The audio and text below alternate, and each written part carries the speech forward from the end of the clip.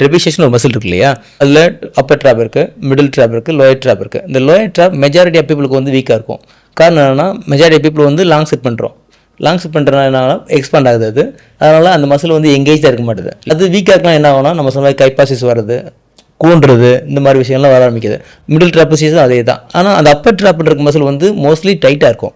யாருக்குன்னா, இங்கே majority people வந்து காலை பயன்படுத்தி எந்திரிக்க மாட்டாங்க. தரையில் உட்காந்தாலோ இல்லை சேரில் உட்காந்தாலோ மோஸ்ட் ஆஃப் பீப்புள் வந்து கையை பயன்படுத்தி எந்திரிப்பாங்க இல்லைங்களா. அதனால இந்த ஷோல்டர் வந்து இருக்கிற சின்ன மசில் தான். அப்போது பக்கத்தில் ஒரு ஸ்ட்ராங்கான மசில் இருக்குது, ட்ரெபிஷியஸ், அப்பர் ட்ரெபிஷியஸ்.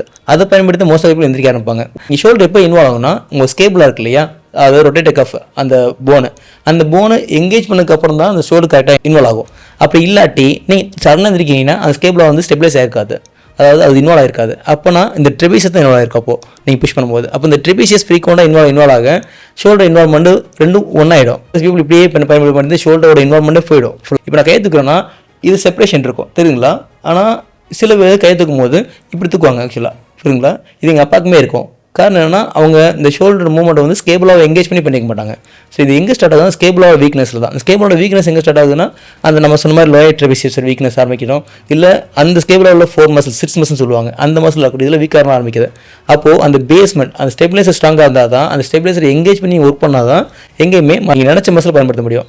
அப்படி இல்லாட்டி இஷ்டத்துக்கு ஒரு மசில் இன்வால்வ் ஆகி இந்த அப்பர் ட்ரெபிஷியஸ் எப்பவுமே இன்வால்வ் ஆகி பண்ணுற மாதிரி ஆகிடும். ஸோ இதனால் ஷோல்டர் பெயின் வரும், நெக் பெயின் வரும், நீங்கள் மேலே உட்கார முடியாது, நீங்கள் பவுலிங் போடுற மாதிரி இருந்தால் இல்லையா ஸ்போர்ட்டில் வர மாதிரி வர முடியாது, இந்த மாதிரி நடக்கும். ஸோ இப்படி இருக்கக்கூடாதுன்னா நீங்கள் அந்த ஸ்டெபிலைசரை நல்லா ஆக்டிவேட் பண்ணணும். அந்த பேஸ், அந்த லோயர் ட்ரெபிஷியஸ் மசிலையும் ஆக்டிவேட் பண்ணணும். இதை ஃபோக்கஸ் பண்ணால் தான் உங்கள் ட்ரைனிங்கும் பர்ஃபெக்டாக இருக்கும். இப்போ நீங்கள் செஸ்ட் ப்ரெஸ் பண்ணுறீங்கன்னா உங்கள் ஸ்கேபில் வந்து ஃப்ளாட்டாக ஸ்டெபிலைஸ் பண்ணணும். அப்போ தான் உங்கள் செஸ்ட்டில் ஒர்க் போகும். அப்படி இல்லாட்டினா ஃப்ரண்ட் ஷோல்டர் போகும். ஏன் ஃப்ரண்ட் ஷோல்டர் போகுதுன்னா, உங்கள் ஸ்டெபிலைசர்ஸ் சொல்கிறோம் இல்லையா, அது வெயிட் தாங்க வேண்டிக்கணும்னா அது வந்து ஸ்டெபிளாக இல்லை. மீன்ஸ் அந்த லோயர் ட்ரெபிஷியஸ் பிடிக்கல, இந்த 6 மசில் பிடிக்கல, அது ஸ்டேபிளாக இருந்தால் அது பிடிச்சின்னு போட்டோம். ஸோ இது ஒரு மேஜரான இம்பாக்டாக இதை ஸ்ட்ரென்தன் பண்ணி ஒர்க் பண்ணணும். ஸோ இதுக்கு தான் நம்ம சொல்கிற இந்த எக்ஸ்டர்னல் ரொட்டேஷனாக இருக்கட்டும், இல்லை ஷோல்டர் மொபிலிட்டி பண்ணுறதா இருக்கட்டும், இல்லை ஒர்க் பண்ணுறது.